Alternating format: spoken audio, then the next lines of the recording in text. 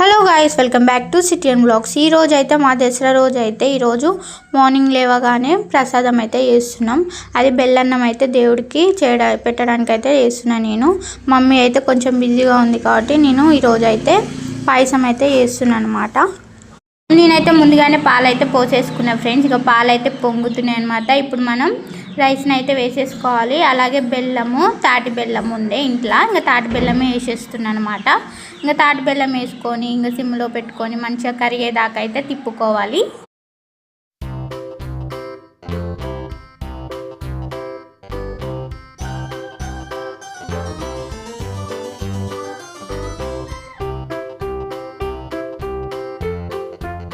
ఇంకేముంది ఫ్రెండ్స్, నైవేద్యం అయితే వండేసినాం అనమాట. దేవుడు కూడా పెట్టేసినాము. ఈరోజు అయితే పాయసము, అలాగే పులిహోర, అలాగే పెసరగారెలు అయితే చేసినాం ఫ్రెండ్స్. నైవేద్యానికి దేవుడికి అయితే పెట్టేసినాం అనమాట.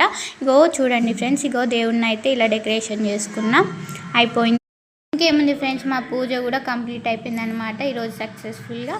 అందరికీ పేరు పేరున హ్యాపీ దసరా.